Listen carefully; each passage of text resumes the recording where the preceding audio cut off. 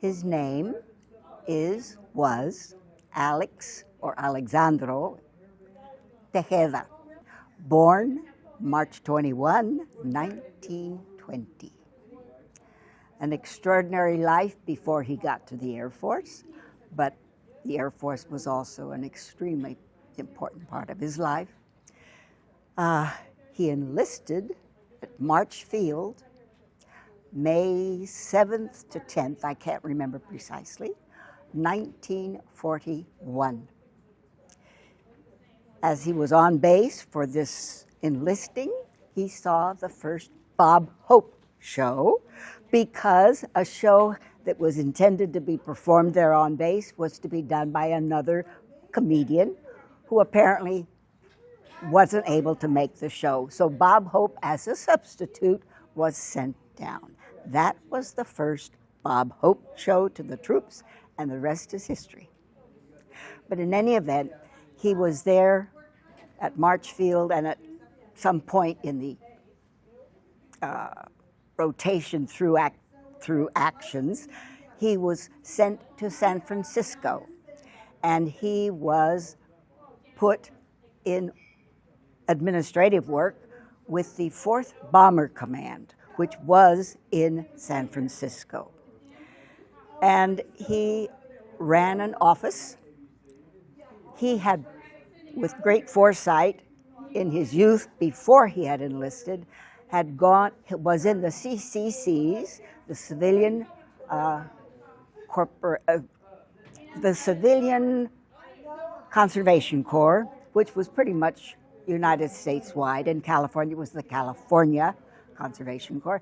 He had gained a great deal of on-the-ground experience, and in fact walked to a nearby college to get typing, and also disassembling and reassembling an automobile. But the fact is, he learned to type at a very considerable speed. So he was in great demand being a typist. He never went through boot camp. He was taken right away into offices because he could type. And he functioned basically as a sergeant major throughout this interval in San Francisco, downtown at the Federal Building. And he did perform a lot of administrative functions, and did, of course, have a very lovely young secretary helping him. But he worked quite diligently, and in fact saw to the point that any document that came into him was signed in, and anyone who took a document from his office signed it out.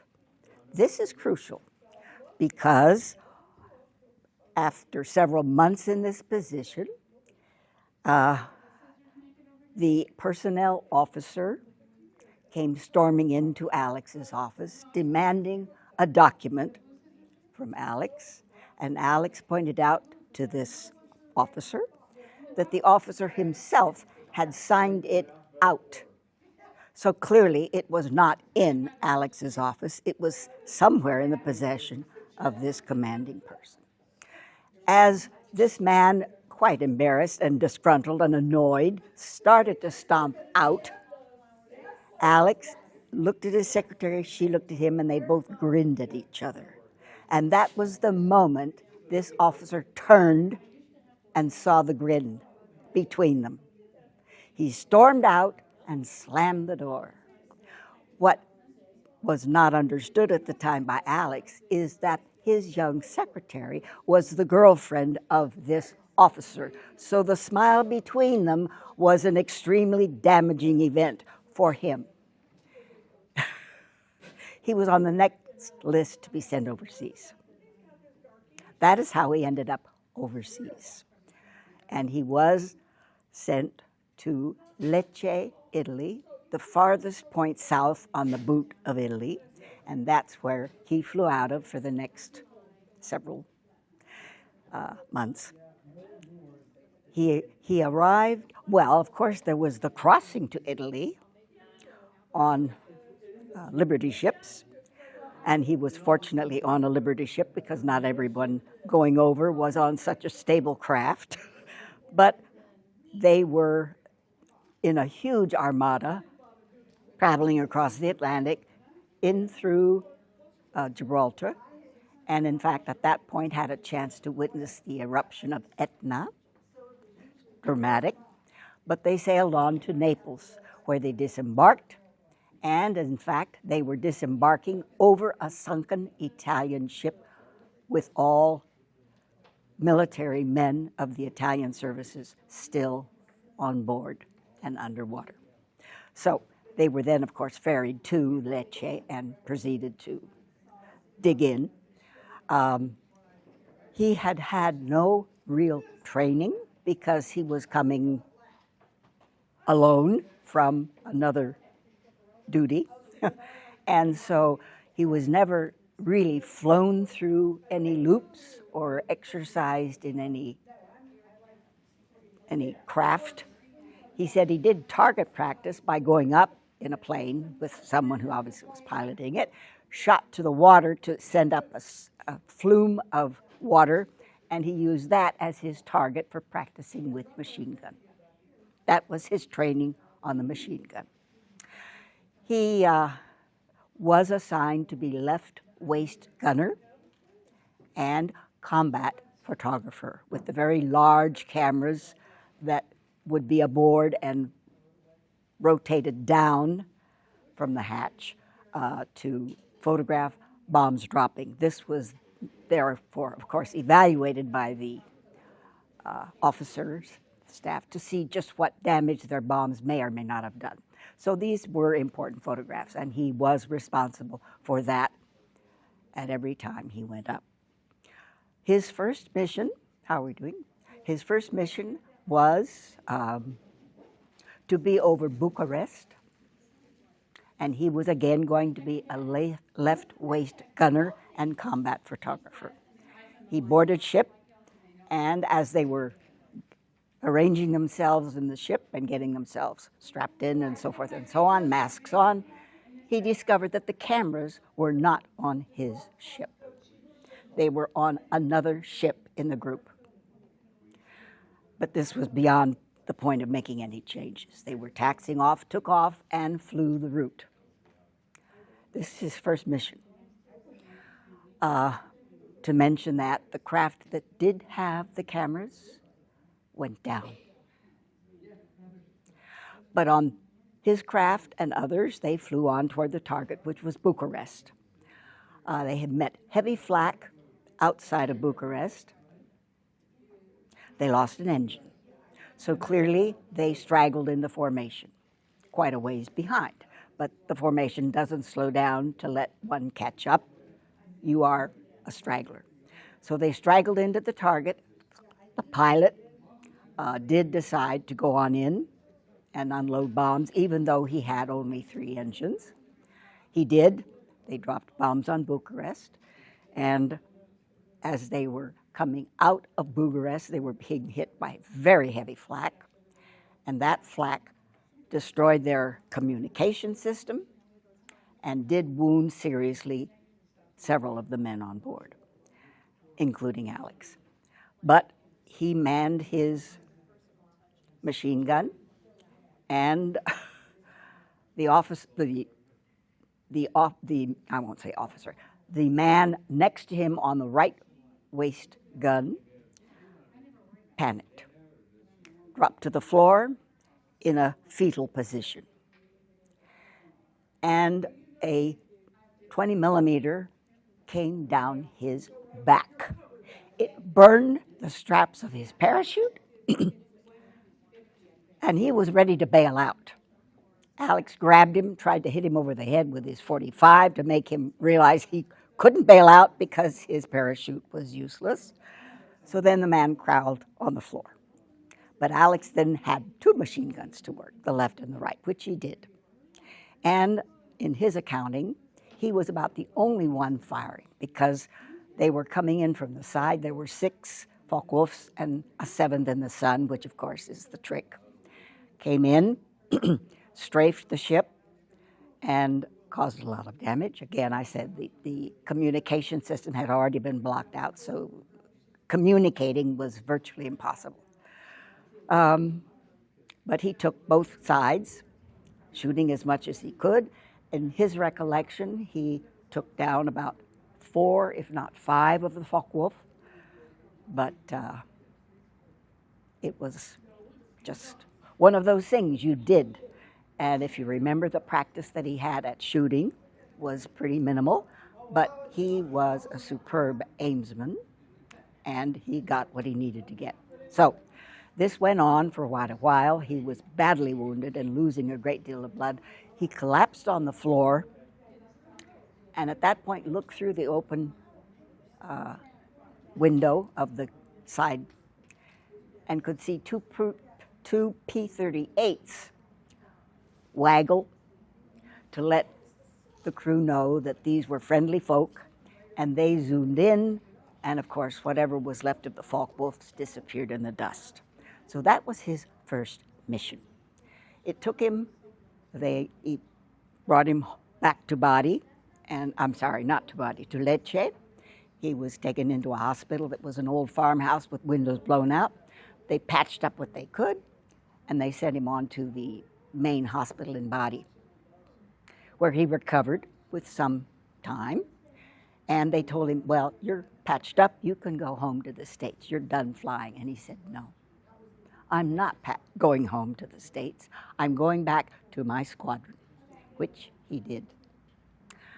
He does remember vaguely coming out of the anesthesia of the surgery that repaired his leg, and someone was pinning the Purple Heart on his bed sheet. And later, he was recognized by his CO for the Silver Star. Because, again, he was the only man on the aircraft able to fire, bearing on where these Focke-Wulfs were coming from. So he basically saved the ship and the rest of the men aboard. They felt he had merited a much higher honor. But the CO was an Italian-American, and my husband had learned fluent Italian, and this was somewhat irksome to the commander, that one of his enlisteds had a better command of the language than he did, so that higher award was not approved by him. But the Silver Star he would acknowledge. So that was the end of first mission. The rest of them went very much like that. Again, he was always photographing bomb damage and aiming, firing, and he lost count of what he might or might not have taken down. He wasn't doing it for that reason, but he knew why we were fighting the war.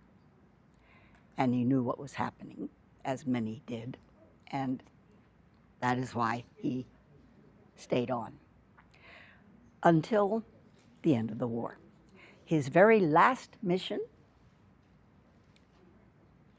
as the war was winding down, they'd taken off as a group and flew to the target, which I think he said was Trieste, I'm not positive. But en route to Trieste, the captain, or the pilot, the captain of the ship, felt ill. He fell back, the craft fell back, and another plane came up and took the position that their airplane had occupied. That aircraft went down. But nevertheless, the missions were completed, the war was over, and he and his crew, of course, the rest of the men, flew their ships back to Gander and then on to the United States. He departed and went west to be, what do you call it, put out, disenrolled, you'll correct me on that. Nevertheless, and because of the number of merits he had, he was one of the first that could be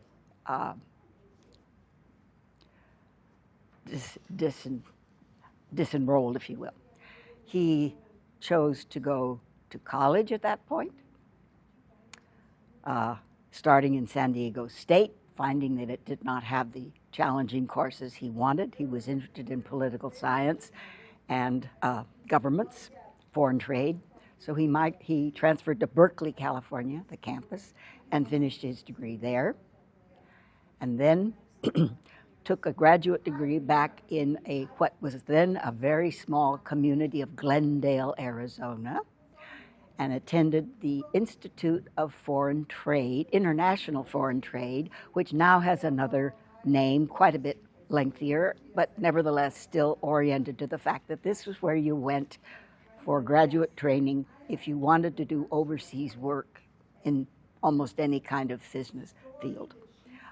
It's now engulfed in Glendale, has a more impressive name, but nevertheless, he had some good time studying there. It was a very valuable experience.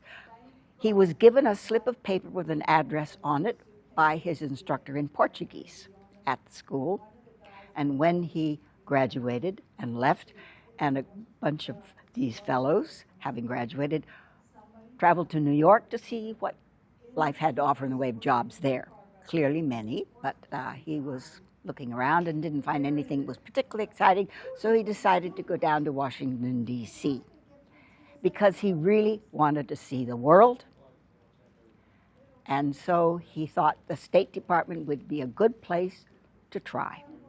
So having gone to D.C., he was on his way to the State Department recruiting area and passing by the address that had been given to him on a slip of paper by his Portuguese instructor back in Glendale.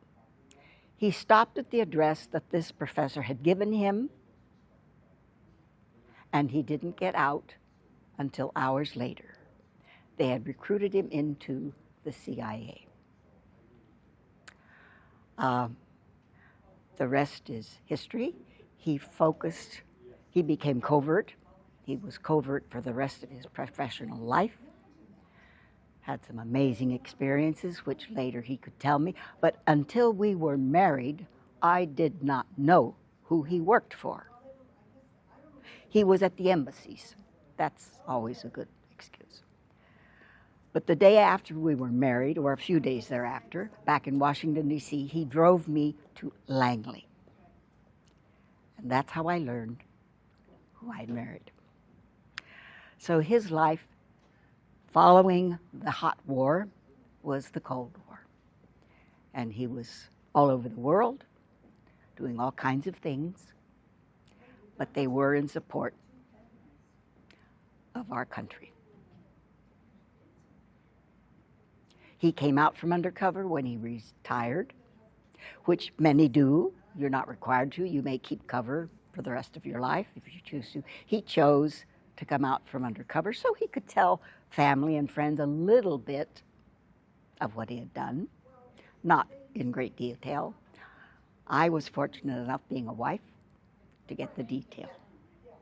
So he'd had an extraordinary life. And we attended many reunions when we discovered there were reunions for the 98th Bomb Group. And we enjoyed the company very much. And in fact, in the last few years of his life, we didn't go because travel at this point was difficult. And he finally passed away at the age of 103. A man of great strength, physically, morally, a man of integrity, and a man who was very concerned about defending the country. He was born, not raised, in Toledo, Ohio, by his parents who had come from Mexico. His father had come many times and worked even for years at a time before returning to Mexico, supporting with funds that he would send back to his wife, Alex's mother. And I think after 8 years, he returned to meet his daughter, with whom his mother was pregnant when the father left for the U.S. to work in fields all over. The beet fields, the potato fields, he worked, and whatever he was able to get went home to his wife, Alex's mother. And eventually, when he did come home, he decided that the family should go to the United States. So they did. They took train and bus. It was a lengthy journey for them because Alex's mother was in a very, at this point, well, I should say, they left Toledo and were in Detroit. I've sort of jumped the story, in Detroit for several years. She was running a boarding house for many of the men who worked in the Ford company. His father apparently was in the forging part of the plant where Fords were being made. The very famous artist, Diego Rivera, the muralist, had made a visit to some workers in New York and had now come to the workers in Detroit. And he told the group of workers in Detroit, and they were going into the Depression at this point, and many of the men didn't have work. He said, I will procure for you, the group in Detroit, land in Mexico. And remember, he was a very famous painter at this point, sort of a patron of Mexico. I will procure for you funds and land in Mexico, and you may go there and colonize the land I'm getting for you, and you will be home in your country. That was not Alex's country, nor for most of his brothers and sisters who were born in Detroit. No, they were born primarily in Toledo. One was born in Detroit, the youngest. But in any event, they did all accept this. Many of the men, including Alex's mother and her generous offspring, they went south to Mexico. They were in Mexico City, the primary point that they arrived to in the middle of the Depression. And if we thought the Depression was severe here in the United States, he said you cannot imagine what it was like in Mexico or Mexico City. He said you did not see dogs or cats on the run. You found them hanging up dressed for sale to eat. Many children had been abandoned by their parents because the parents had no way to feed their children, so the children as orphan groups would wander the streets looking for something to eat or for somebody to throw them a bit of food. This is what Mexico City was like in these years. Eventually, the rest of the people that were going to colonize in Mexico arrived, and they, as a group, went to the site of the land that Diego Rivera had promised they would have. This was way down beyond Acapulco, further into virgin jungle. And the men proceeded to clear their land with machetes. They built the first thing, a large dormitory, so everyone, the group of men and those couple of families, including my husband's family, his mother and family, they built a dormitory building by creating adobe bricks, which they made with mud and straw, which they all knew how to do. This was a craft from centuries past.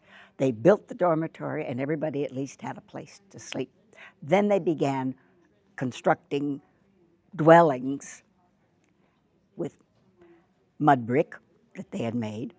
Alex remembers beginning to assemble a kitchen for his mother of mud bricks, which would have then a focal point of fire so that she could cook. Life was primitive, but it did endure. And of course, almost everyone came down with malaria one way or the other, including Alex. But his mother chose to send him into the town of Acapulco to be given quinine and hopefully survive, if not recover, from malaria. And that was a life-changing step for him because he was sent to work with a pharmacist. He was fed a meal by the pharmacist's wife, and he was allowed to distill water and help compound the medications, which is what was done in those days by the pharmacist, and would the pharmacist would distribute them. He was allowed to sleep on a pallet on the floor and given a meal a day. There was no pay. It was board, and this endured for some few years, not many, because he was reading all the books that this pharmacist doctor had, all in Spanish, of course. The Three Musketeers and a medical dictionary, a medical encyclopedia, so he learned a lot about that. But he enriched himself by reading. So he was a very bright young boy, very, very well prepared to absorb and explore everything, which he did. And as he grew into teenage years and he was still in Acapulco, he realized that this is not where he wanted to be. He wanted to see the world and get to know the world, all of it. So that was his commitment to himself as a youth. And, of course, this was 38, 39. A terrific hurricane came through Acapulco, took the roof off the church, which was quite a staggering event for everybody. But that dates when he began thinking of leaving Acapulco, migrating north in Mexico by foot, by jumping on a truck, by jumping on a train. Actually, he even got on a ship. In other words, he was a stowaway. He got on a Navy ship of the Mexican Navy and traveled up the coast until the captain looked out a window and said, "Who are you?" So Alex was dumped off at the next port, but he was not deterred. He boarded the next Navy ship that was docked there and proceeded north to approximately the neighborhood of Ensenada, which is Lower California. And he migrated the rest of the way by truck or catching a ride. And when he finally arrived in Tijuana, remember, he's an American citizen. When he arrived in Tijuana, he worked for a while. He sold jewelry, shined shoes, and meeked out a life. And he finally decided it was time for him to cross the border back to the United States. So he did. Are you run out? So he did. He crossed the border. I think they asked him what his citizenship, he said it was U.S. That was all there was, that's what you did. So he got into California. He began working the farms. His first job was harvesting plums, prunes, laying them out to dry. His next farm job was the onion fields. He did that all. And he husbanded a little bit of the money that he was given. And someone of the men that were running the groups of laborers asked if he wouldn't stay on, because he obviously had a good mathematical background, he had good reading skills, he had a lot more to offer than any of the other people that were working. But Alex said no. He wanted to advance into the States, get an education, fight in the war. So he stayed in California. He went up to at this point, he believed you had to be 21 to enlist. As it turns out, apparently, he could have enlisted at the age of 18. But he didn't realize that, so he waited till he was 21. That's when he was working with the CCCs, the Conservation Corps, digging culverts. At one point, they were fighting forest fires. But the camps were run very military-like. In other words, they dressed in uniform for dinner. Then they went to bed. Next morning, they were in work clothes and taken out to the work sites. And he worked hard. And again, he excelled and was recognized for his skills and his talent.